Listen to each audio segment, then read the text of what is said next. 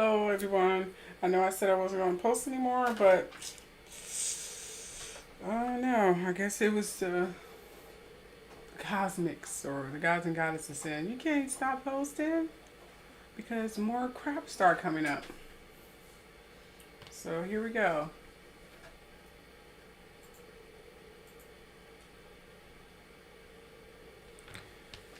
I'm posting some more.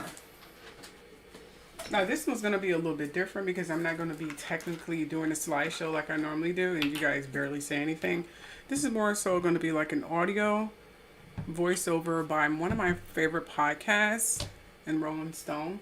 I do recommend you guys going to check that out. Of course, before I proceed, I do need to give you your warning. So here we go.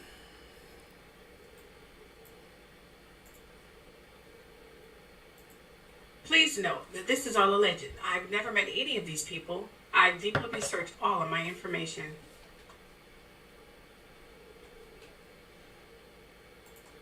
And of course, this morning.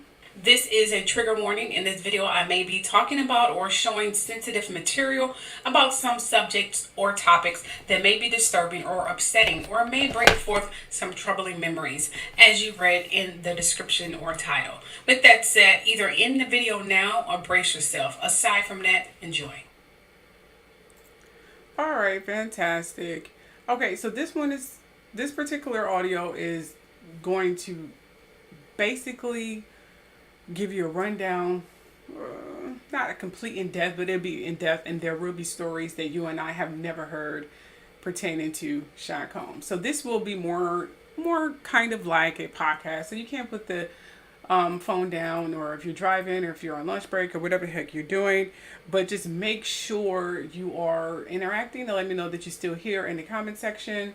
So here we go. I'm going to play with my phone, so you may hear noises in the background, but do note that I'm still here.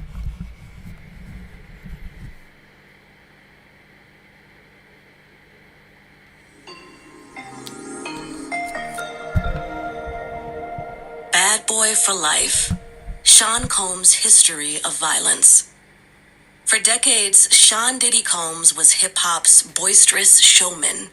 Now dozens of former friends, employees, and bad boy artists allege an abusive, menacing figure behind the facade. Written by Cheyenne Roundtree and Nancy Dillon for Rolling Stone. Narrated by Shayna Small for Apple News Plus subscribers. Please be advised, this article contains adult language and discussion of topics that may not be suitable for children. As he took the stage at the BET Awards in June 2022 to receive a Lifetime Achievement Award, Sean Diddy Combs was elated. Yeah, he bellowed, punctuating his words with triumphant jumps. The adoring crowd, who gave him a sustained standing ovation, included his mother and children, longtime friends, and music industry peers Kanye West, Janelle Monáe, Babyface, and Lil Wayne. After 3 decades of relentless hustling that took him from hungry teen intern to A&R executive, producer, label impresario, respected fashion designer, and household brand name, Diddy had seemingly reached the apotheosis of his career. He closed his eyes and repeatedly thanked God. He got down on one knee and praised his mother. He name-checked a laundry list of people who'd mentored and inspired him. Anything I do is through love, Combs proclaimed early in a 9-minute speech. That's what I evolved to be, and that's what I'm doing right now. But soon, Combs struck a more somber tone. I was in a dark place for a few years, he said. I gotta give a special thank you to the people that was really there for me. He listed friends and advisors. Then, looking directly into the camera, he added, Cassie, for holding me down in the dark times. Love. He raised one hand to make an L sign and held his gaze steady, silently, for several seconds. Combs and Cassandra Cassie Ventura, a former singer for his iconic Bad Boy record label, had split 4 years earlier, but he had been openly pining for her ever since. He posted photos of her online and urged her to listen to Michael Jackson's The Lady in My Life. He publicly congratulated her on her first pregnancy with her husband. His comments at the awards show were part of a pattern of behavior, one that had been tormenting Ventura for years. When she learned of her ex's latest remark, sources say Ventura was distressed. She was also resolute.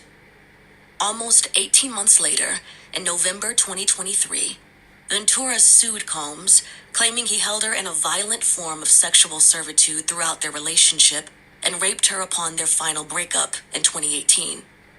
She invoked Combs' BET speech in her filing. For Miss Ventura, the dark times were those she spent trapped by Mr. Combs in a cycle of abuse, violence, and sex trafficking. She said Combs' brutal beatings, one of them captured in harrowing hotel surveillance video obtained by CNN,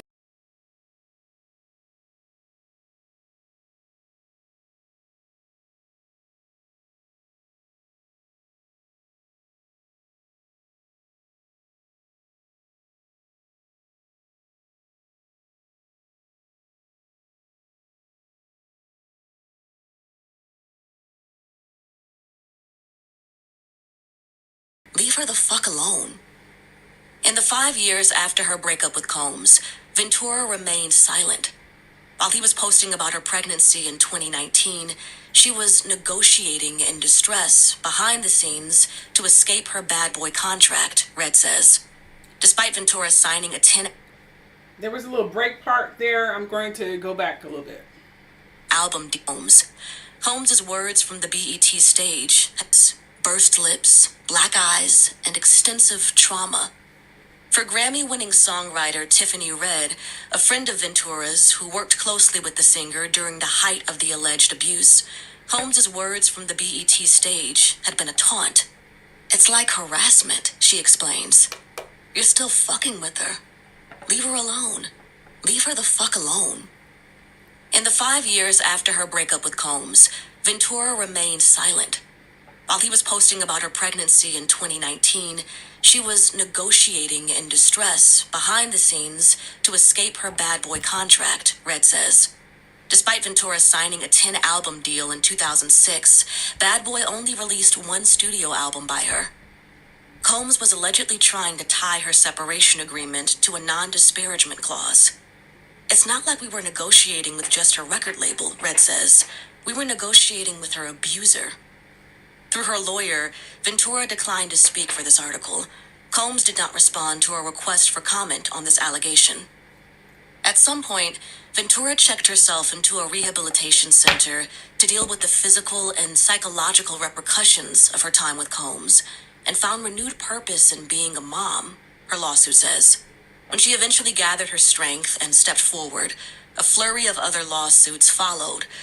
5 more women have since accused Combs of rape or violent sexual assault dating as far back as 1990, 2 of whom claim that Combs secretly recorded their sexual encounters and showed the footage to others without their consent. Music producer Rodney Lil James Jones also sued, alleging Combs groped his genitals and forced him to solicit sex workers and perform sex acts to the pleasure of Mr. Combs. While Combs would eventually take responsibility for the assault captured on surveillance video, he has vehemently denied all the other allegations against him. The day Ventura filed her complaint, he blasted it as a shakedown based on outrageous lies. For the past 6 months, Mr. Combs has been subjected to Miss Ventura's persistent demand of $30 million under the threat of writing a damaging book about their relationship, which was unequivocally rejected as blatant blackmail, his lawyer, Ben Braffman, said. In response, Ventura's lawyer, Douglas Wigdor, said Combs offered Miss Ventura 8 figures to silence her and prevent the filing of this lawsuit. The parties came to an undisclosed settlement within 24 hours of Ventura's filing. When his 4th rape accuser sued in December, Combs, 54, issued another passionate denial. Enough is enough. For the last couple of weeks, I have sat silently and watched people try to assassinate my character, destroy my reputation and my legacy. Sickening allegations have been made against me by individuals looking for a quick payday.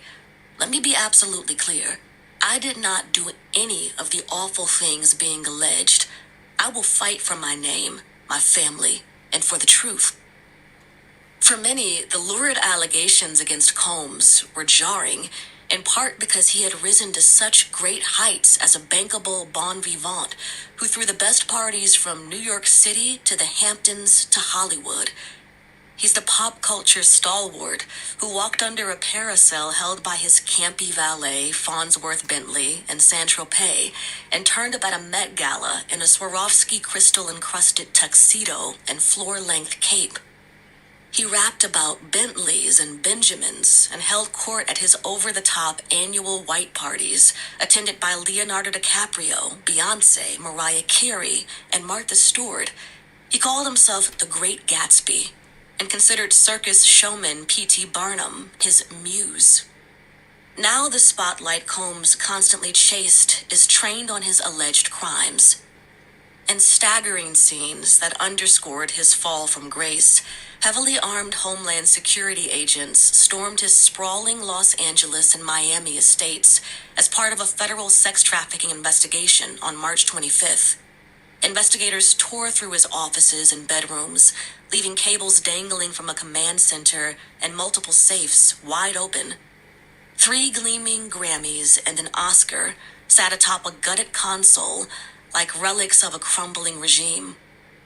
A crestfallen Combs was later seen alone, a cell phone hanging useless in his hand as he slowly paced around Miami Opa-locka Airport.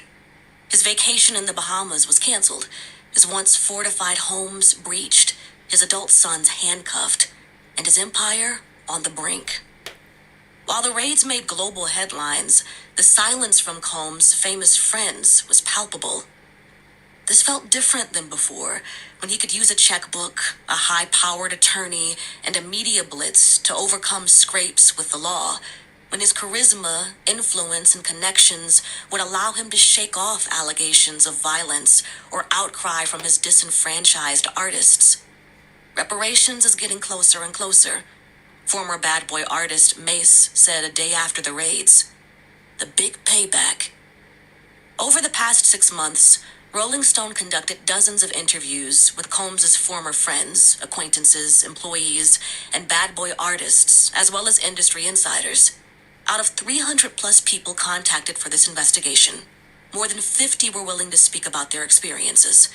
Several would do so only off the record, citing a fear of retribution. Some requested compensation in exchange for their stories. Rolling Stone does not pay for interviews. Many declined to participate, wanting to distance themselves from Combs. I'm trying to leave that part of my life behind, says one former employee. Those who did speak about Combs described a complicated man with opposing personas. Outwardly, they see a tastemaker who was unapologetically driven, generous, and jovial, even silly at times. He can be the same privately, but associates who got close enough to him discovered something darker behind the facade, a menacing figure who desperately wants to be accepted and admired, who uses public declarations of devotion, splashy donations, and boasts that he is brother love, to hide an undercurrent of alleged abuse and violence that, in one previously unreported allegation, traces back to before his career even started. Combs wielded his growing power to bend people to his will, sources claim, sending staffers to win back one-time girlfriend Jennifer Lopez, beating a label executive bloody after he became romantically involved with Combs' ex-partner Kim Porter, and allegedly trying to solicit sex from a woman on his payroll. As part of this investigation, Rolling Stone sent Combs a detailed list of questions about the new and pending allegations. He did not specifically address any of them. Mr. Combs cannot comment on settled litigation, will not comment on pending litigation, and cannot address every allegation picked up by the press from any source, no matter how unreliable. His lawyer, Jonathan Davis, tells Rolling Stone, "We are aware that the proper authorities are conducting a thorough investigation, and therefore have confidence any important issues will be addressed in the proper forum, where the rules distinguish facts from fiction." Joy Dickerson Neal, who is suing Combs for sexual assault, tells Rolling Stone that her decision to come forward isn't about money. It's about making sure the world sees that this man, who rose to the level of an icon, is actually sick and has left so many victims in the wake of his unpunished, disgusting behavior for years. For Ventura, Combs presented as her flashy, established 37-year-old label boss when he pulled her into a bathroom and forcibly kissed her on her 21st birthday in 2007, leaving her in tears, according to her complaint. She says he was holding the keys to her nascent music career when he pressured her to consume drugs and have sex that same year. Combs quickly became deeply entrenched in every aspect of her life, paying for her apartment, having her medical records sent directly to him, and lashing out for perceived slights, the lawsuit says. When Ventura tried to move on and had a brief romantic relationship with musician Kid Cudi in 2011, Combs allegedly beat her. Combs later told Ventura he planned to blow up the rapper's car in his driveway, the lawsuit claims. In a statement to the New York Times in November, Cudi confirmed that his car exploded. "This is all true," he said. In her suit, Ventura says she learned to blindly submit to Combs to avoid vicious beatings. Eventually, her lawsuit claims, the abuse extended to sex trafficking, with Combs ordering her to slather herself in oil, get high and drunk, and have intercourse with male sex workers, while Combs pleasured himself and filmed the interactions, which he dubbed freak-offs. She learned to disassociate during these horrific encounters, she says. The public got a disturbing window into Combs' treatment of Ventura in the surveillance video unearthed by CNN. In it, a towel-clad Combs is seen pursuing a barefoot and fleeing Ventura after he'd allegedly punched her in the face during a freak-off in a Los Angeles hotel in 2016. At an elevator bank, Combs throws Ventura to the floor, kicks her, stomps on her, and attempts to drag her back to the room before grabbing what appears to be a vase off a table and hurling it in her direction. Ventura describes the incident in her lawsuit and alleges that Combs paid the hotel $50,000 to obtain the footage.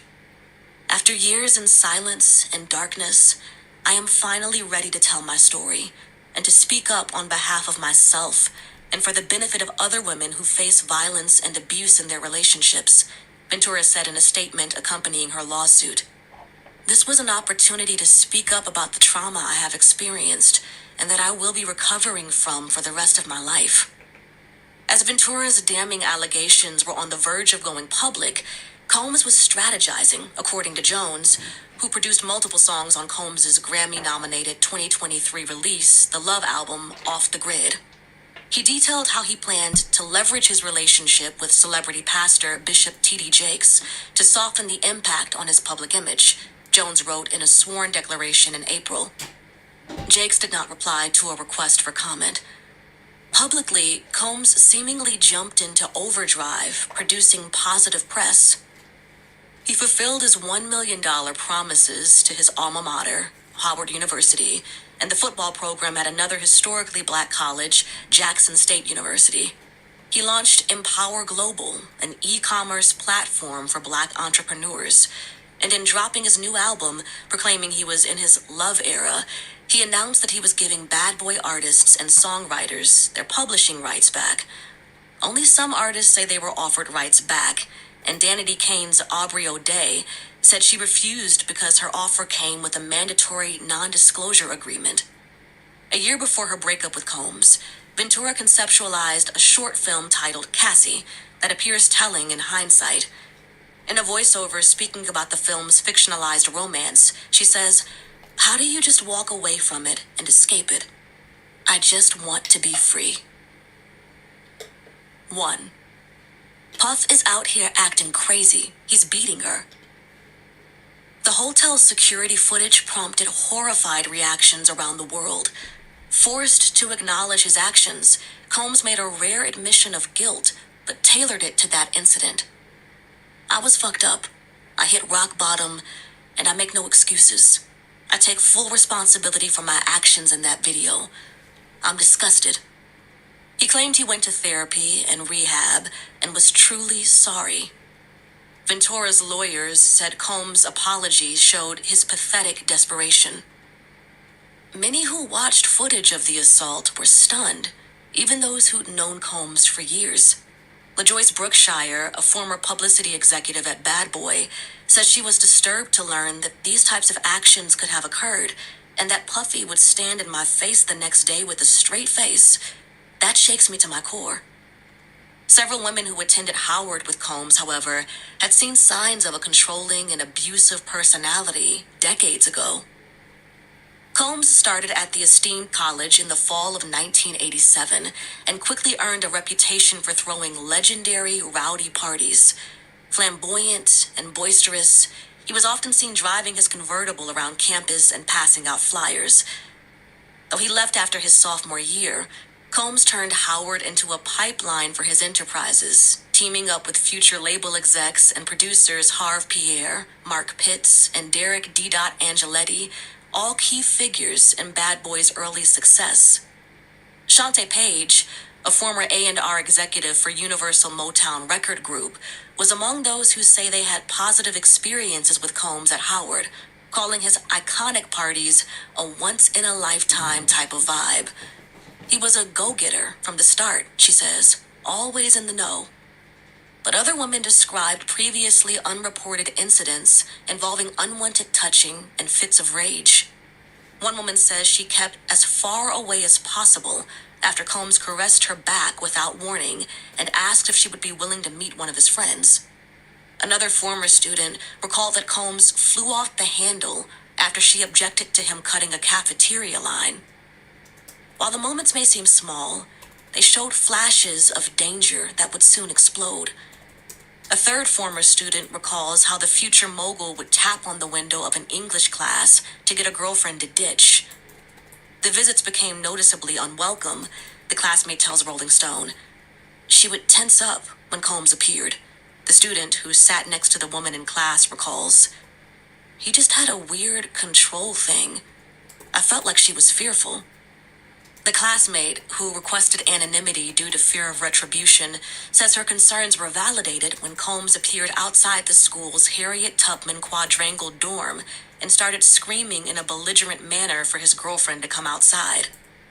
The classmate says other women soon began running through the halls, knocking on doors in a panic. They were sounding the alarm that Combs, known then by his nickname Puff, was attacking the young woman outside, she recalls. "Puff is out here acting crazy. He's beating her," the fellow student said, according to the classmate. He screamed and hollered and acted a stone fool until she came downstairs. Another Howard student who witnessed the alleged attack tells Rolling Stone. She says Combs used what appeared to be a belt to strike the young woman all over the place. Speaking on the condition of anonymity due to the sensitive nature of the incident, the witness said Combs appeared super angry and was screaming at the top of his lungs. She says he whooped her butt, like really whooped her butt. The witness says the woman was clearly terrorized. She was trying to defend herself a little bit. She was crying, and we were telling him, "Get off of her." We were screaming for her. A third source also recalled the alleged assault to Rolling Stone. The woman at the center of the alleged attack declined comment. Combs was born with a short fuse, telling Jet magazine he earned his nickname as a kid because he would always huff and puff when he got mad. "I had a temper. That's why my friends started calling me Puffy," he said. His mom, Janice, a former kindergarten teacher, described him as a ham. Combs barely knew his father, Melvin, a handsome drug dealer working for a Harlem kingpin. He was murdered in 1972 at the age of 33, when Combs was just a toddler. Throughout the years, Combs mourned the loss of a father figure, but Melvin had a profound influence on him nonetheless. "Even if we don't know our parents, we still have their DNA in us. We have their genes," Combs has said. "I have his hustler's mentality, his hustler's spirit, his drive, his determination, his swag." When Janice moved the family from Harlem to the suburb of Mount Vernon, 12 miles north, Combs straddled disparate worlds. In one, he was a defensive back on the football team at his all-boys Catholic high school. In the other, he rode a train to the city, immersing himself in its burgeoning hip-hop scene. I didn't know exactly what he would do, but he was blasting me out of the house with his mixing kit I bought him when he was 13, making that noise, scratching those records, Janice told Vibe in 1993. After a taste of celebrity at Howard, Combs itched for more. He was hell-bent on breaking into the music industry, simultaneously attending college and working a part-time internship at Uptown Records back in New York City. It was Uptown artist Heavy D, a neighbor in Mount Vernon, who brokered the job interview after Combs repeatedly badgered the rapper at their local pizza spot, former Uptown A&R VP Kurt Woodley tells Rolling Stone. Combs commuted from Howard for the job, evading the train fare by hiding from the conductor in the bathroom. He dropped out of school to work at Uptown full-time, eventually becoming CEO Andre Harrell's mentee. Combs's ascent at Uptown is by now part of his lore. He helped newcomers Mary J. Blige and Jodeci go multi-platinum after reshaping their images. He reinvented the remix and ushered hip-hop soul into the cultural lexicon. He threw exclusive Daddy's House parties at the since-shuttered Manhattan hip-hop club Red Zone that even his older Uptown colleagues jockeyed to attend.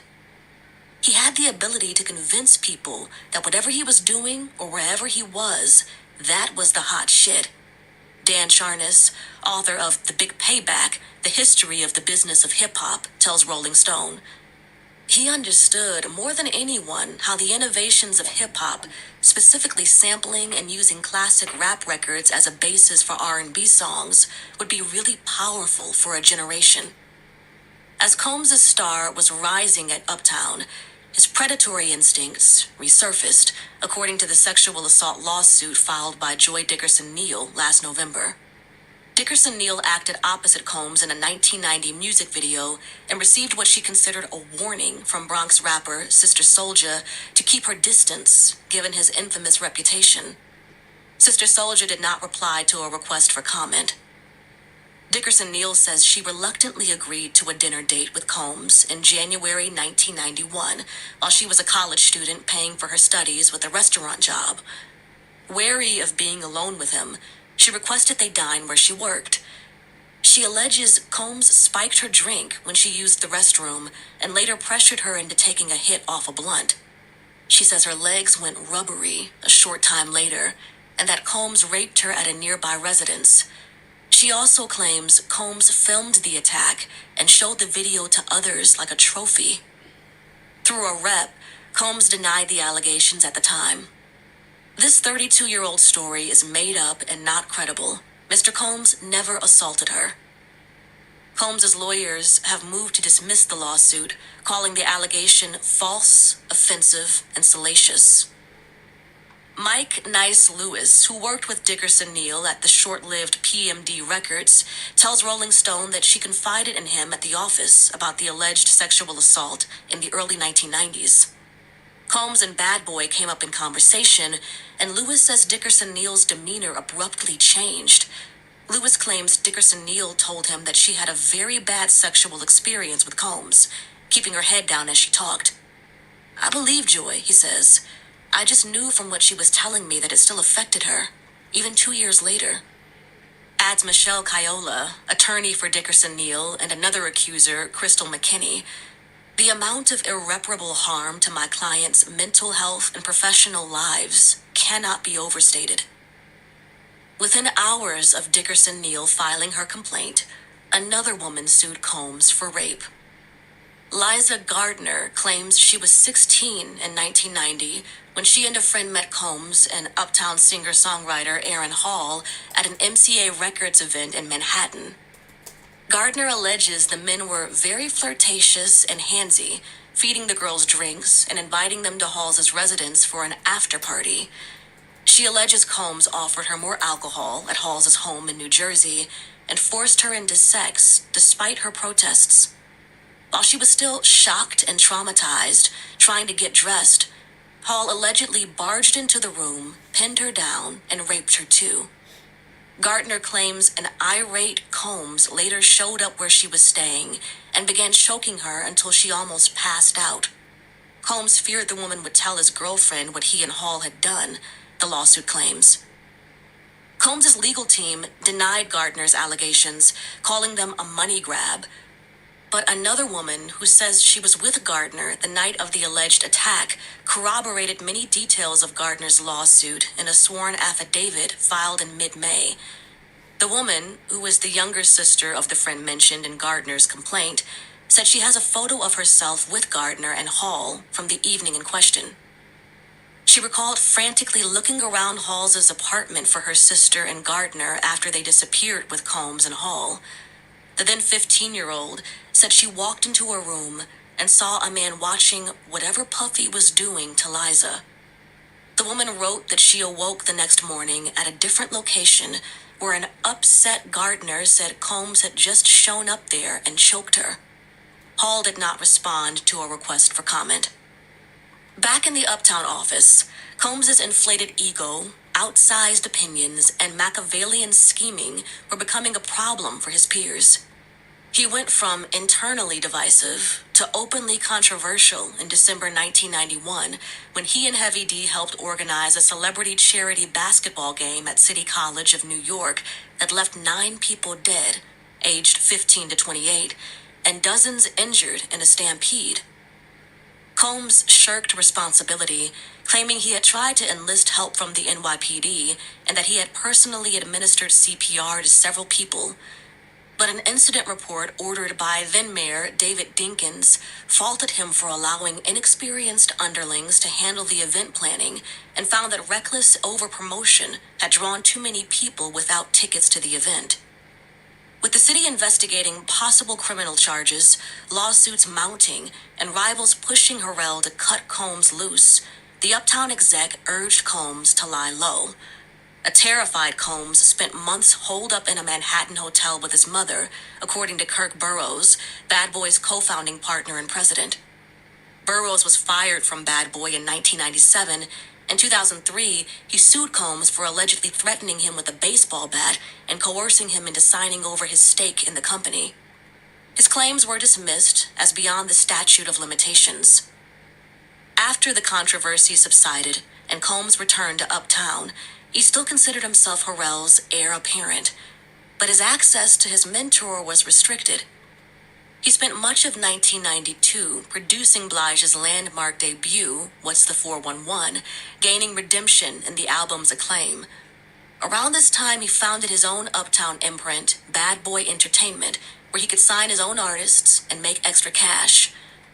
Burroughs remembers jealous Uptown execs referring to Combs as Satan and flipping him off as they walked by his small offices in the Uptown building.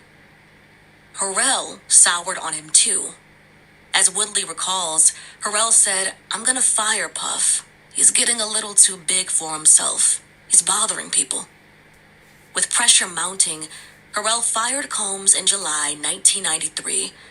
Uptown was supposed to oversee the album release of Combs' newest signee, Christopher Wallace, aka the Notorious B.I.G., but Combs was free to find a new home for his fledgling label. The termination was devastating for Combs, Burroughs says, leaving the 23-year-old crying buckets of tears outside the office.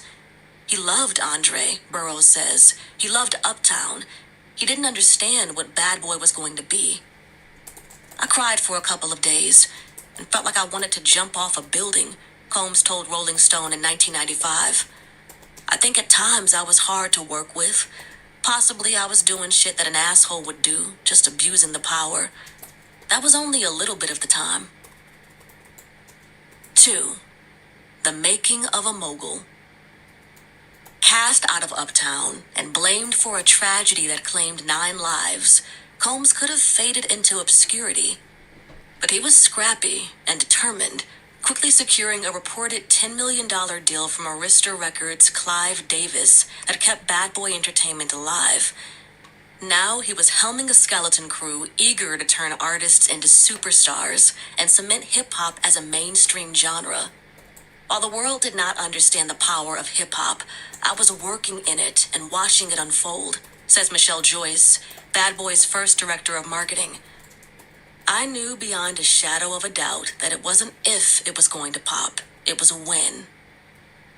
The next summer, their work paid off with Craig Mack's ubiquitous Flavor in Your Ear and the Notorious B.I.G.'s One More Chance.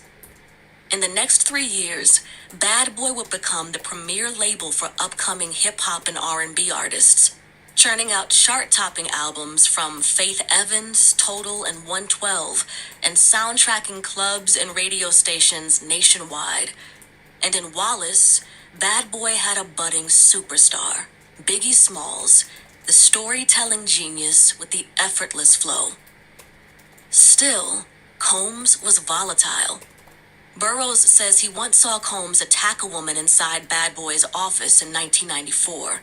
He and another ex-employee tell Rolling Stone they had to tear Combs off the woman after hearing screams and the sound of shattering glass. The woman declined Rolling Stone's request for comment. Felicia Newsom, the first manager of Bad Boy's recording studio, Daddy's House, says she once held Combs back when he was about to beat this girl's ass after a fight broke out between two women. I'm holding him by his waist saying, "You need to calm down. This is not your fight," Newsom recalls. Former Arista intern April Lampros claims Combs turned violent with her too. In a lawsuit filed in May, Lampros alleges Combs attacked her in a parking garage in the mid-1990s, forcing her to her knees to perform oral sex. It was one of 4 horrific sexual assaults she says she endured during her on-off relationship with Combs. As Bad Boy was on the rise, staffers kept Combs's transgressions quiet, whether out of loyalty, fear, or a belief that such incidents were rare. Outwardly, he was the label's unceasing hype man, ad-libbing on tracks and making cameos in his artist videos. It was clear he wanted something bigger for himself. I distinctly remember the day that Clive Davis called and asked me to start garnering press for Puffy, just as if he were the artist, says Brookshire. Behind his back, I used to call him my problem child, the notorious VIP. Combs got all the press he wanted when he and his LA counterpart, Death Row Records boss Mary and Suge Knight, became entangled in a years-long heavyweight hip-hop fight. The pair had once been friendly. Combs even modeled Bad Boy after Death Row, he told Rolling Stone in 1997. But the subsequent rivalry between Biggie and Knight's charismatic superstar Tupac Shakur would turn into a Pyrrhic victory for both labels. Combs was fond of Shakur, admiring his ability to marry street credibility with mainstream appeal. Burroughs notes that the Bad Boy team spent the summer of 1993 studying the rapper's buoyant hit, I Get Around, as a blueprint for a commercial hip-hop record. Desperate to be taken seriously, Combs tried to foster a friendship, but Shakur wasn't interested. Pac didn't have any kind of respect for Puff, says 90s hip-hop photographer Monique Bunn, who was close with Wallace and other Bad Boy artists. To Shakur, and even Wallace, Bunn says, Combs was a corny executive. Instead, Shakur bonded with Wallace, whom he viewed as a peer, Burroughs remembers. As a result, he says, referring to Combs, there was someone on the sidelines jealous. The friendship would be short-lived. After Shakur was ambushed and shot 5 times in the lobby of Quad Studios in Times Square in 1994, he blamed Combs and the Bad Boy crew for setting him up, which Combs has always denied. From there, everything got blown out of proportion, Bunn says. Bad Boy execs started encouraging Wallace to write certain songs, Burroughs says, despite the rapper not feeling so beefy with his former friend. With tensions frothing, Combs released Wallace's single, Who Shot Ya, in 1995. It was widely viewed as a sneering provocation aimed at Shakur, though Wallace was adamant it wasn't. Shakur responded with the ferocious hit 'em up, pushing hostilities to their peak. Perhaps seeing a promotional play, Combs stoked the East Coast-West Coast rivalry, The two label heads traded jabs, with Knight cast as the intimidating, cigar-chomping, gang-affiliated boss, and Combs, the slick, clean-cut executive. When a 25-year-old Shakur was murdered in September 1996 in a drive-by shooting in Las Vegas, Knight immediately pointed the finger at Combs, who denied involvement. Some bad boy employees received personal death threats soon after. I didn't recall reading in the employee manual that dodging bullets was a part of my job description, Brookshire says. Last September, Compton Crips gang member Dwayne Keefe D. Davis was charged with Shakur's murder. His trial is set to begin in November. Davis has claimed Combs offered $1 million for a hit on Shakur. Combs vehemently denies the claim. 6 months after Shakur's death in March 1997, Wallace, 24, was attending a Soul Train Music Awards after-party in Los Angeles when a gunman opened fire on his GMC Suburban, killing him. Police considered the homicide an unresolved act of retaliation. Multiple reports allege Wallace had been preparing to leave Bad Boy shortly before his death. It didn't help that Combs had been fighting with Wallace's attorneys, who were trying to wrest back the rapper's publishing rights. "I will never give it up until I'm dead and my bones are crushed into powder," Combs told the lawyers, according to The Big Payback. Biggie was absolutely about to leave Puff, Bun says. "I know for a fact because he told me that." Another source adds, "Everybody wanted to leave Puffy. Everybody leaves him." Combs capitalized on the shock and sorrow over Wallace's death. Brookshire, who had been traveling in the same SUV as Wallace during press events the day before he died, says Combs denied her request for time off to process her grief. Instead, just 2 weeks after the slaying, she says Combs ordered her to focus all her efforts on Wallace's upcoming album, Life After Death.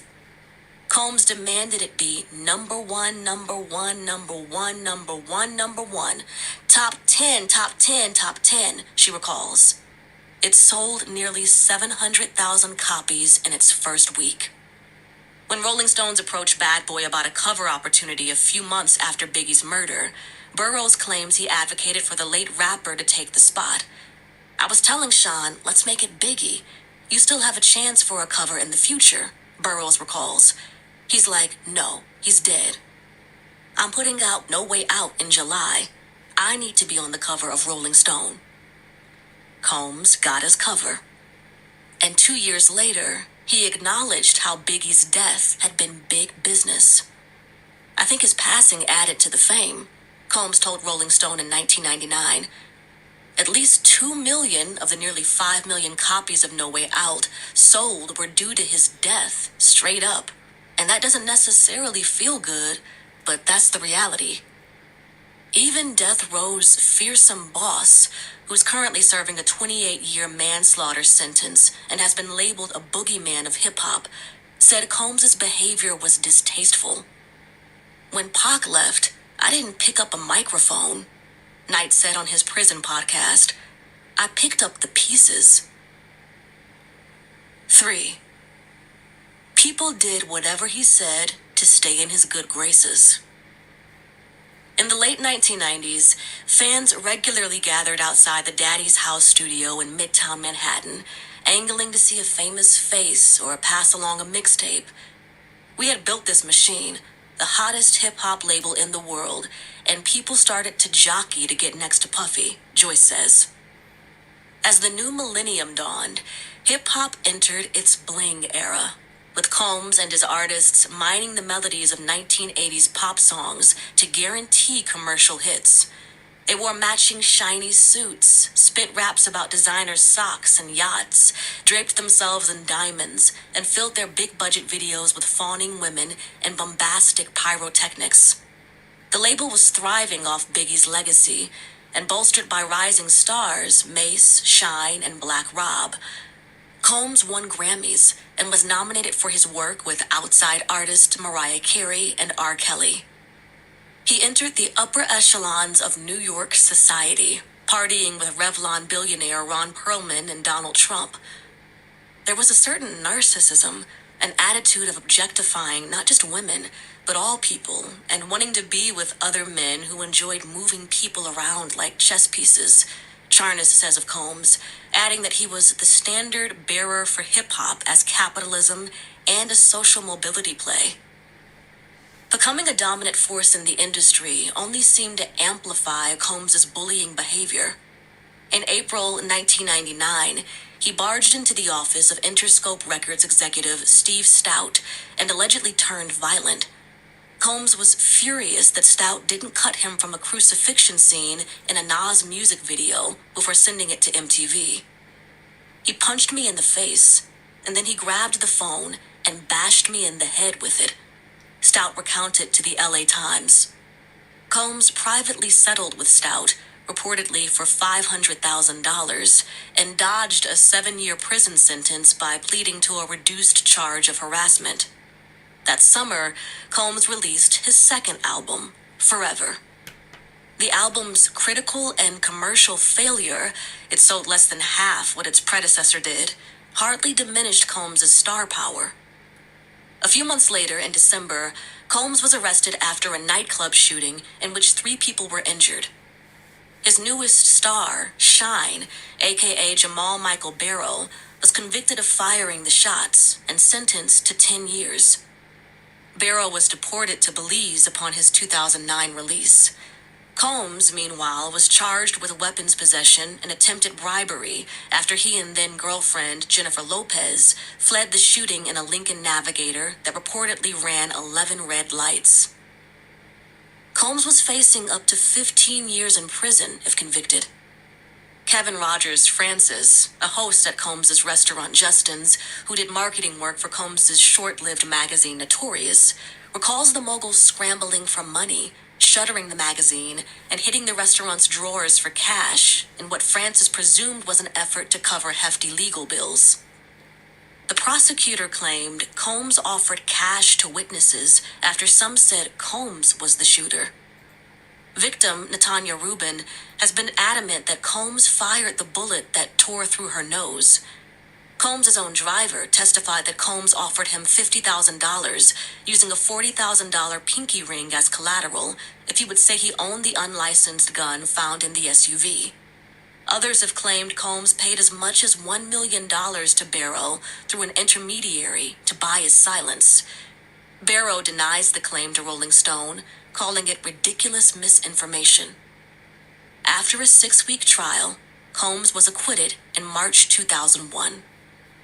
With his mounting scandals, a tabloid relationship with Lopez, and the popularity of his Sean John clothing line, which launched in 1998, Combs entered the pop culture stratosphere. It became a point of pride to work for Bad Boy, says former employee Flash Rodriguez. It wasn't just a company, it was a lifestyle. But Combs was difficult to work for. Employees who wanted to stick around had to learn how to speak puffy, Brookshire and multiple sources say.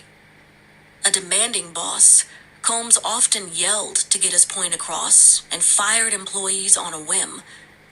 No one on his team at Bad Boy spoke back to him, former Daddy's House studio manager Newsom says. No one challenged him.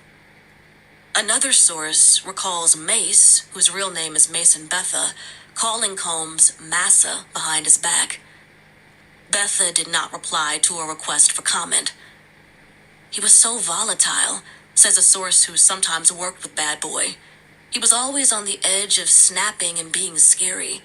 People did whatever he said to stay in his good graces, and Puffy exploited people's desires to be in those environments. 4. Why is nobody saying anything? Are they that scared of him? After Combs' acquittal in the nightclub shooting in 2001, he reportedly headed straight to church. He later made a less God-fearing visit to the Peninsula Hotel, where he was throwing a massive bash to celebrate the verdict. It was there that Anna, a freelance graphic designer working with Bad Boy's marketing team, says Combs approached her and began to massage her shoulders. The woman requested a pseudonym, citing fear of retribution. I'm getting touched on my shoulder, my arms, my back. He's like, "Oh yeah, you like that? I know you like that." Like, really, really gross, Anna recalls, sharing her story publicly for the first time. I was like, "No, not so much." And I sort of floated my way out of there. Anna says she avoided Combs for the rest of the night. Weeks later, her boss's girlfriend confided that Combs allegedly approached the boss the night of the party to solicit me for sex, Anna says. A friend confirmed to Rolling Stone that Anna told her about both the encounter and the proposed arrangement when they began working together a few years later. The boss did not return Rolling Stone's request for an interview, and the girlfriend declined to speak. I felt quite unsettled about this for many years. When people ask me about my days at Bad Boy, it's just overshadowed by his crap, Anna says, adding that Combs treated her as though she existed to accommodate his whims. Combs often flaunted his sexual encounters, even if underage artists were around to see. A teenage Usher briefly lived at Combs' New York house in the early 90s as a young Bad Boy protege. Puff introduced me to a totally different set of shit. Sex, specifically, Usher recalled to Rolling Stone in 2004. There was always girls around. You'd open a door and see somebody doing it, or several people in a room having an orgy. You never knew what was going to happen. Casey Sheridan, a member of the teenage girl band Dream, recalls the group being summoned for a meeting with Combs to a Beverly Hills hotel bungalow when she was 15 and awkwardly eyeing a purse and a pair of high heels by the front door as the group waited. After 20 minutes, a bathrobe Combs emerged from a nearby room. It's like you can't even keep our innocence. I'm 15, walking into this situation knowing exactly what he was doing next door, Sheridan says. Feeding off his fame and power, Combs appeared to be pushing his most sickening impulses even further. Model Crystal McKinney was photographed during a star-studded Sean John fashion show in February 2003. Hours later, according to her recent lawsuit, Combs said she was acting too uptight and pressured her to take a hit from a laced joint. She alleges he then forced her to perform oral sex on him, despite her resistance. The night sent McKinney into a tailspin of anxiety and depression that she says resulted in a suicide attempt. I had a whole future in modeling mapped out that was stolen from me. Being sexually assaulted and having no recourse is so painful, McKinney tells Rolling Stone.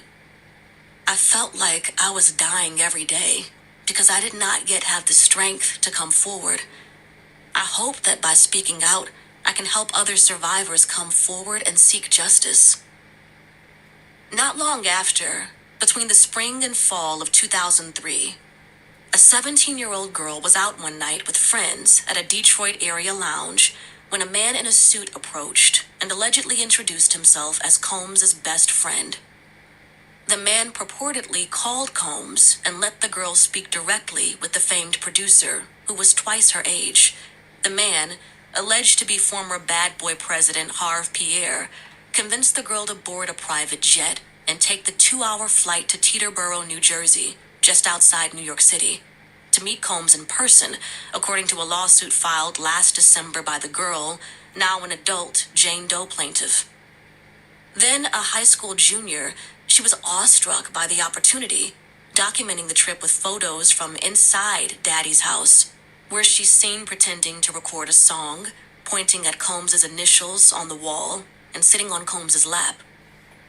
The photos were included in the lawsuit to corroborate the woman's allegations that she was gang-raped that night by Pierre, Combs, and a third, unidentified man inside the recording studio.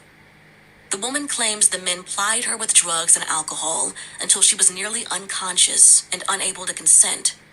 As she started to black out, she claims, Combs led her to a bathroom where he removed her skirt and underwear and penetrated her from behind. As she drifted in and out, the unnamed assailant replaced Combs and raped her from behind as Combs watched, she says. The woman alleges Pierre replaced the second man and raped her too. When the men finished, she fell into a fetal position on the floor in excruciating pain and was later escorted out of the building and flown back to Michigan, she claims. Combs's lawyer filed a motion to dismiss, calling Doe's account a decades-old tale, a baseless claim, in an effort to extract an undeserved financial recovery. Pierre did not reply to a request for comment, but previously called the accusation fiction and a desperate attempt for financial gain. Drugs were a consistent part of Combs's life, Ventura alleges in her lawsuit, claiming he was addicted to prescription painkillers and took ecstasy frequently. She claims he had pills and other drugs out in the open, like candy, and that he would supply alcohol, ecstasy, cocaine, the sedative GHB, ketamine, and marijuana during freak-offs. But far from enhancing a party vibe, Ventura and others say these substances only darkened his mood. Once Combs got drunk or high enough, says one frequent party guest in the early 2000s, he would turn violent and loud. He would take his anger out on people. At several points when Combs was extremely intoxicated, Ventura alleges he beat her. An industry source says they once left a party at Combs's home because they felt so uncomfortable watching an aggressive Combs yell at Ventura throughout the night. You could tell in her eyes that she's scared, they said. I'm like, is this normal? Am I tripping right now? Why is nobody saying anything? Are they that scared of him? In a 2015 appearance on the Breakfast Club radio show, Combs described the deal he offers his girlfriends. If I'm in a relationship with you, 25% of your time, you're gonna just feel like, oh man, I hate being here. This guy cheated on me. He lied on me. Combs explained while sitting next to his teenage son, Christian. But then there's 75% of, I'm gonna make you the happiest woman in the whole wide world. I'm gonna be there to support your dreams. I'm gonna be there to hold you, listen to you. I'm gonna be there to be your best friend. And I promise you'll smile the most. You know who I am. This is what it is. Which deal would you choose? There was one term of the deal Combs never disclosed, sources say. The women who signed up for it were not allowed to walk away. Damian Vasquez, a former Bad Boy intern, says after Combs and Lopez broke up, Combs had staffers camp outside MTV's TRL studios with signs to win her back. Ventura claimed that every time she hid, Combs' network of operatives found her and implored her to return, including a Bad Boy executive who threatened to withhold the release of her music if she didn't return Combs' calls. After Ventura left Combs, he tried to paint a picture of a heartbroken, hurt man. A source who knew the couple throughout their relationship says, when the reality was, he's a liar and abuser. Burroughs believes Combs' losses at a young age, especially the murder of his father, took a toll on his relationships. He is fortified now with the money and the power, but abandonment and the act of leaving can bring about vicious results, he says, and the women catch it the worst. Combs' long-term partner, Kim Porter, who died of lobar pneumonia in 2018, was no exception. Their relationship was tumultuous, according to two sources who claim Combs physically abused her. I remember Kim used to go through a lot of stuff, former Bad Boy rapper Mark Curry says. If you live around them, you get to see the toxic relationship. I think every relationship he had that I experienced around him was like that. Combs and Porter first got together in 1994 and dated on and off until 2007. She ended it for good upon learning Combs had fathered a secret child while she was pregnant with their twin daughters. There were other infidelities, including Combs' affair with Lopez, but Combs never let Porter truly move on, she told Essence. He still called 50, 60 times a day, she said. It was like my life was not my own. He was very, very intrusive. In 2000, Porter's fledgling courtship with late music executive Shakir Stewart enraged Combs. When the industry gathered for L.A. Reid's wedding in Italy that summer, Combs went to Stewart's room after the ceremony and allegedly broke a chair over Stewart's head. Stewart's mother and two of his close friends tell Rolling Stone. He left him bleeding on a hotel floor in Italy. Stewart's mother, Portia, says. He had to have stitches, and then Combs threatened him. I'm going to kill you. That's when I said you need to get out of this business. This man is crazy.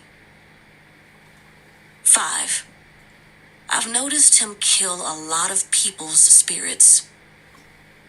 By the mid-2000s, Bad Boy had hemorrhaged several top acts, including Faith Evans, Total, 112, Craig Mack, and Foxy Brown. 2 decades later, nearly all of Combs' artists have left him. Apart from himself, stepson Quincy Jones, and son Christian, only Janelle Monáe is left on the label. A rep from Monáe did not reply to a request for comment. Machine Gun Kelly's last track released with Bad Boy was in February 2024. He started his own label, EST19XX, under Interscope. Rolling Stone reached out to dozens of artists who'd been signed to Bad Boy to ask about their experiences with the label. Many declined, with one saying, I don't have anything nice to say when it comes to my time with Bad Boy. It was not a good experience, and one I really don't want to relive. Those who did speak to Rolling Stone say they felt their time with the label was squandered through lack of direction. Several spent years at Bad Boy without releasing any music. Curry, who was affiliated with Bad Boy from 1997 to 2006, has been one of the most outspoken detractors, writing about his dealings with Combs in his 2009 book, Dancing with the Devil, How Puff Burned the Bad Boys of Hip Hop. He says Combs repeatedly promised to produce his solo album, but never gave him a budget. There's different ways you can kill a person, Curry tells Rolling Stone. I've noticed him kill a lot of people's spirits. Not everyone felt the same. Singer-songwriter Kalina Harper says one of the highs of her life was joining Combs' Diddy Dirty Money group in 2009. She was later invited to work with Combs on the Love album. He was fucking cool as shit, she says, adding that artists who blame Combs for the trajectory of their careers may suffer from disgruntled employee syndrome. Years ago, there were whispers that some Bad Boy A&R executives would expect sexual favors from female artists in exchange for professional attention. I would hear about female artists being asked to do stuff with some of the other male executives, recalls one former Bad Boy staffer. Like, we can make or break your career. What are you going to do about it? Going to HR was useless. If you want your job, you're not going there to complain, they add. On the Call Her Daddy podcast in 2022, Danity Kane's Aubrey O'Day said she was kicked out of the group because she wasn't willing to do certain things, not talent-wise, but in other areas. She refused to get specific, saying the truth was what you can imagine. There was no #MeToo, she said. You signed 1 million NDAs and 1 million contracts that took away your rights. Asked by Rolling Stone to elaborate, O'Day said, the answer to what happens if you don't do what the executives want? I'm the full-blown fucking story of that. Some who left Combs worried he might try to expel them from the industry altogether. Brooklyn rapper Lanice Babs Bunny Wiley of Combs' MTV reality show Making the Band says she was blackballed after leaving the label. Bun, the photographer, claims her gigs instantly dried up after winning a lawsuit against Combs in 2000 for withholding a set of Biggie photos from her. She claims a friend at the Fader magazine told her that Combs personally called the office and said if they worked with Bun, Bad Boy would pull its advertising from the magazine. Talk show host Wendy Williams wrote in her 2004 book that Combs spent a lot of money and used a lot of his influence to try to crush me after she posted an alleged sexual photo of Combs and another man on her website. Combs denied it was him in the photo. And music producer Easy Mo B claimed in February that after he challenged Combs over a credit Combs had given himself on the producer's song, he noticed certain people wouldn't deal with me. He's someone you don't want to make an enemy out of, says one former employee of Combs. When people do go against him, that person gets ostracized. For some, the effects of being shunned by Combs were profound. Francesca Sparrow joined Bad Boy Entertainment in 1998, rising through the company to become Combs' right-hand woman. But Sparrow alleged in an age and disability discrimination lawsuit that Combs illegally fired her in 2010. She claimed Combs froze her out after she took time to recover from a hip surgery and voluntarily checked into rehab to treat a lapse in her sobriety. Sparrow tried to continue working in the music industry, but opportunities would disappear, a family member says. The alleged blacklisting led to significant health issues, which brought her to her end, the relative says. She was devastated by the way she was treated. She felt betrayed. Sparrow died in 2014. As ex-Bad Boy President Burroughs puts it, Combs never forgets a grudge. If he sees a snag in the sweater, he'll pull. 6. Life ain't always what it seemed to be. For Combs' 50th birthday in 2019, revelers gathered at his 17,000 square foot Holmby Hills home in black tie attire and beaded gowns. Sipping champagne and ice-cold Ciroc, the vodka brand Combs shilled for a share of profits, they admired the breathtaking Kerry James Marshall painting that Combs had recently purchased for $21 million. Guests Beyoncé and Jay-Z rubbed shoulders with Dr. Dre, Leonardo DiCaprio, Kobe Bryant, Cardi B, Snoop Dogg, Kim Kardashian, Usher, and Post Malone. It was a crowning moment for Combs, a testament to the multifaceted success he had worked so hard to achieve. Combs had conquered fashion, winning Menswear Designer of the Year at the prestigious Council of Fashion Designers of America Awards in 2004, acted on Broadway, become the co-owner of De Leon Tequila, founded the Revolt TV cable network, purchased the sports beverage company Aqua Hydrate with Mark Wahlberg, and filmed a cameo in Disney's 2014 movie Muppets Most Wanted. He even legally changed his middle name to Love. With his hard edges seemingly polished away by his gilded life, Combs appeared untouchable. It was all the perfect cover for his alleged physical and sexual abuse of Ventura. Ventura says in her lawsuit that there were multiple witnesses to her alleged mistreatment, but they were too afraid to cross Combs. She claims both Combs' head of security and his assistant began to cry when they saw the extent of her injuries. In an open letter published by Rolling Stone, Ventura's friend Tiffany Red wrote that she was present the night Ventura says she was forced to leave her 2015 surprise birthday party for another freak-off with Combs. Red recalled seeing Ventura backed up against a wall with Combs cursing her out. She said Ventura returned later that night, apparently sedated, while Combs screamed at Red, "Tell your girl she wants some birthday dick. I flew all the way from Miami. She gonna get this birthday dick." Red wrote that she told a visibly angry Combs to leave Ventura alone. She recalled Combs ignoring her and driving off with Ventura in a golf cart. Combs' physical abuse extended to Ventura's inner circle as well, according to her lawsuit. She claims one of her friends obtained a settlement after a physical altercation with Combs in 2018. After Ventura's birthday party in 2015, a severely intoxicated Combs allegedly dangled another of Ventura's friends over a 17th floor balcony. Neither friend responded to a request for comment from Rolling Stone.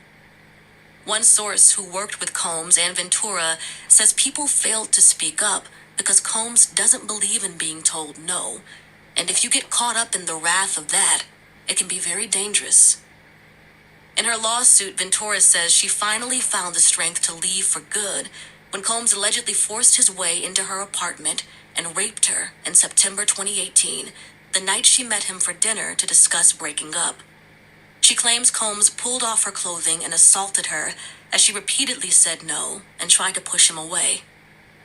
A month later, People reported the relationship was over, citing a source who said Ventura was moving on with renewed focus on her career. Though Ventura's alleged hell at the hands of Combs was largely unknown until she filed her complaint, overlapping public claims about Combs's behavior made minor headlines during their decade together. In 2017, Combs was sued for sexual harassment by personal chef Cindy Rueda in a lawsuit that seemed bizarre at the time but has gained renewed scrutiny. Rueda claimed that when she worked for Combs in 2015 and part of 2016, he regularly had her serve dishes while he and his guests were engaged in sexual activity. Rueda claimed Combs once asked her to prepare a post-coital meal, then greeted her fully naked and asked if she liked his naked body. One incident in August 2015 allegedly involved Combs ordering Rueda to serve him breakfast in his room and then partaking in sexual activity with model Gina Hun as Rueda dropped the food on a table and fled. The lawsuit was forced into arbitration and ended privately. A lawyer for Rueda did not reply to a request for comment. Hun, meanwhile, reemerged in 2019 with claims that Combs beat her. In an interview with gossip blogger Tasha K., Hun said she started dating Combs in 2014 and that he offered her $50,000 to terminate a pregnancy that year. Hun also said Combs shoved her to the ground and dragged her by her hair in 2018 and in a jealous rage once stomped on her stomach. The allegations barely made a ripple, and Hun went silent after the interview. Hun declined to comment for this article. The Detroit area Jane Doe, who sued Combs and Pierre in December, tells Rolling Stone she hopes her lawsuit will hold not just Combs, but also all of those who acted with him, stood silent, and actively covered up his behavior accountable. In her lawsuit, she said her nightmare was not an isolated incident and pointed to another Jane Doe who sued Pierre on November 21st. That woman alleges Pierre groomed and sexually assaulted her when she was his assistant between 2016 and 2017. Then, in early February, Jones, the Love album producer, sued. The 73-page complaint filed by lawyer Tyrone Blackburn, which included unusual elements such as photos of the defendants and redacted names that could easily be deciphered, claimed that Jones worked, traveled, and often lived with Combs while producing 9 songs for the project. Jones described his experience as a hedonistic hellscape. He claimed to have hundreds of hours of footage and audio capturing Combs, his staff, and his guests engaged in serious illegal activity, including the use and distribution of ecstasy, cocaine, ketamine, marijuana candy, mushrooms, GHB, and Tusi, a pink powder described as a mixture of ecstasy and cocaine. He claimed that at one party in July 2023, Combs fed him ecstasy-laced liquor until he blacked out and woke up naked next to a sex worker. Jones said Combs terrorized him with constant, unsolicited, and unauthorized groping and touching of his anus, and that Combs kept him compliant by displaying weapons, threatening to eat his face, and according to the suit, informing Jones that he was willing to kill his own mother if he must to get what he wanted. Combs' lawyer called the complaint pure fiction. He is this monster. Nothing has changed, Jones told Rolling Stone shortly before filing his lawsuit. This guy got no soul. He has no duty to anyone, not even his kids. Combs' associates, meanwhile, have faced allegations of their own. 25-year-old Brendan Paul, who Jones described in his lawsuit as Combs' drug mule, was arrested and charged with cocaine possession during the raids on Combs' properties. Paul pleaded not guilty, but later accepted a deal in May, agreeing to complete a drug diversion program, after which his case will be dismissed. The deal was offered because Paul is considered a first-time offender, and the substance amount allegedly found was not of trafficking level, a spokesperson for the Miami-Dade State Attorney's Office said. In early April, yacht steward Grace O'Markey sued Combs and his 26-year-old son, Christian, alleging that Christian drugged and attacked her on board a luxury vessel rented for a 2022 vacation in St. Martin, while filming a since-scrapped family reality show for Hulu. According to NBC News, O'Markey can be heard in an audio recording asking Christian to stop touching her legs. She claims Christian later tried to force her to perform oral sex, allegations he denies through his father's lawyer. Christian Combs' lawyer, Aaron Dyer, did not reply to a request for comment on the allegation, but previously claimed O'Markey's complaint was rife with manufactured lies and irrelevant facts. 7. Is this the end? On May 4th, Combs posted a video of himself standing by an ocean, staring down a tropical monsoon with his arms outstretched as the recorded voice of his spiritual advisor, T.D. Jakes, booms. Not hysterical, not frantic, not anxious, not fretful, but steady in the storm. While Combs gathers support where he can, the new allegations have reshaped his world. After stepping down from Revolt, he reportedly sold his shares in March. The Harlem charter school he co-founded reportedly cut ties and scrubbed his name from its website.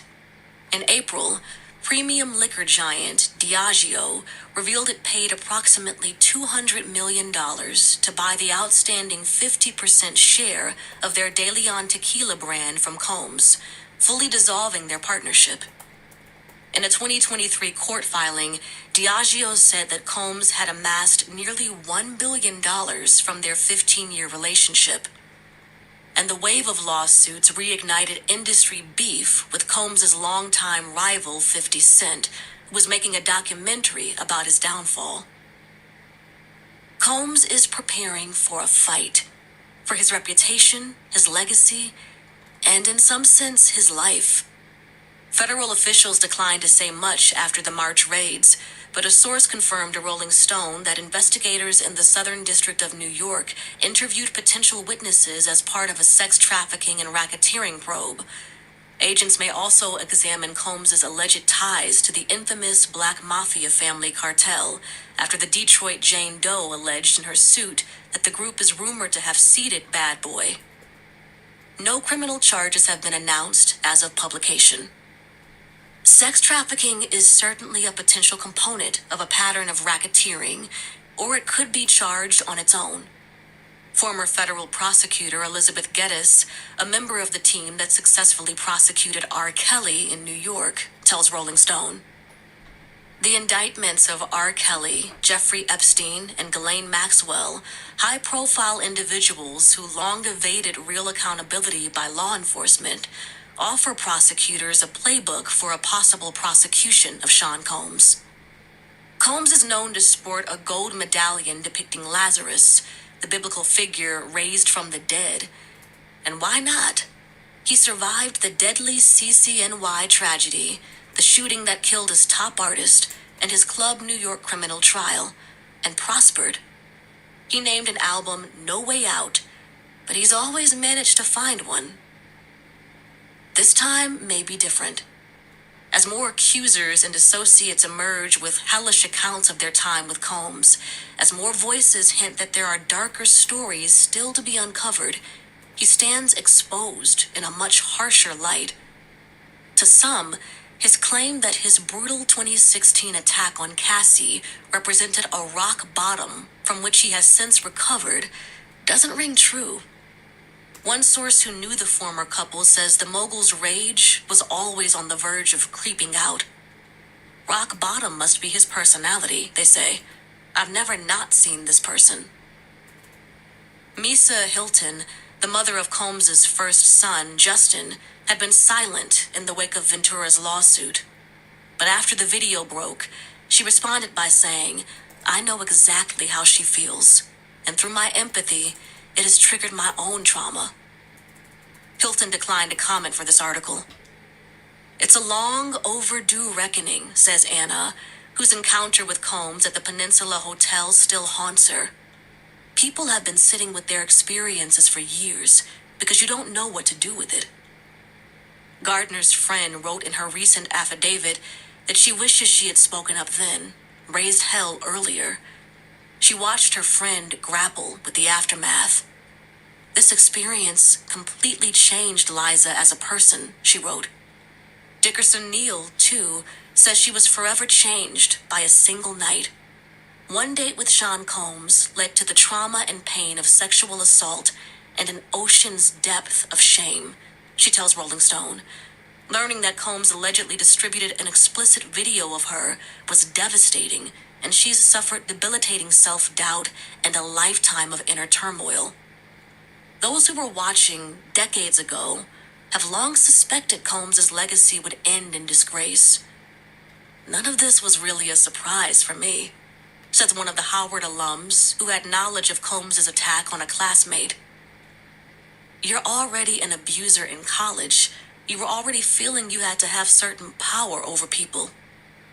Another says Combs must now face accountability. It's time. In an Instagram post in late May, Ventura expressed gratitude for all the love and support she's received. With a lot of hard work, I am better today, she wrote. But, she added, echoing the experience of many of Combs' accusers, I will always be recovering from my past. That was Bad Boy for Life, Sean Combs' history of violence, written by Cheyenne Roundtree and Nancy Dillon for Rolling Stone, produced by Apple News.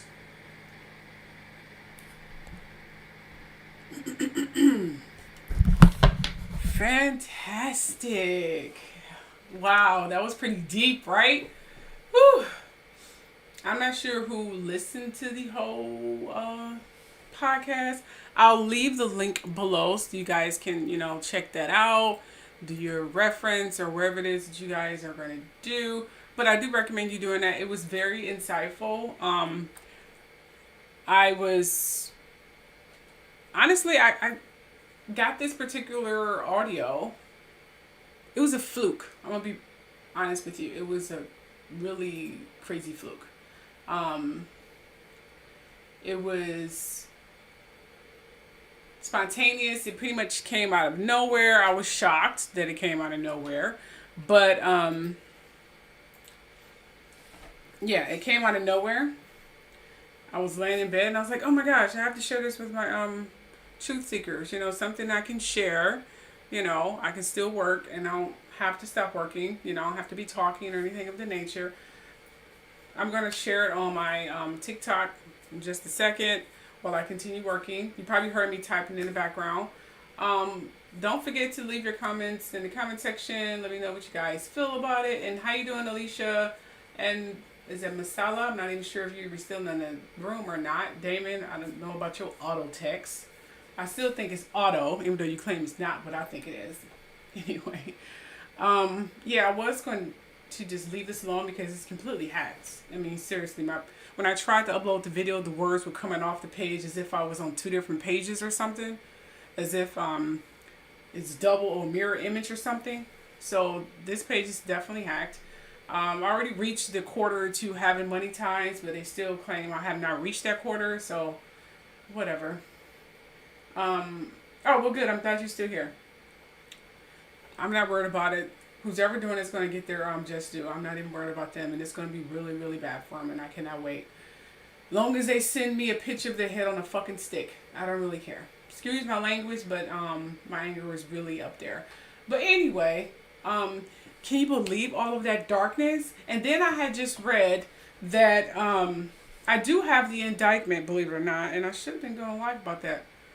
I do have the indictment paperwork, and I was going to go live about that as well. I should just go ahead and do that now, but I'm not. That's going to be on a different show. If you guys haven't heard it already, do you guys want me to talk about the indictment? I do have the paperwork for it. Believe it or not, I do have the paperwork for it. Let's see what I did with the paperwork.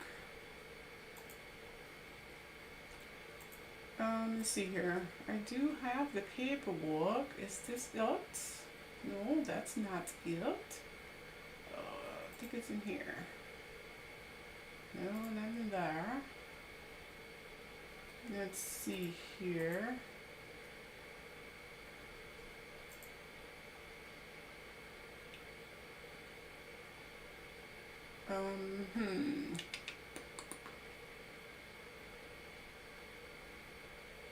That's weird. Oh boy. Excuse me, I'm in a yawn. How rude of me. Let's see.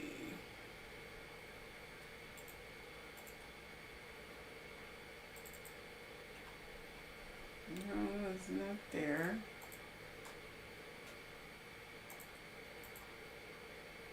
Well, anyways, I have it here somewhere. I'm not sure where I have it in, but it's in my document, some cockum anywhere. But I do have the paperwork, and I was going to go live. I should have been live by now, shouldn't I? I'm not even sure what time I was supposed to went live. What time did I put down for go live? At 2 or something? I believe I said I was going to go live at 2. Let's see. I don't remember. When did I say I was going to go live? What time did I put down here? I believe I said 2.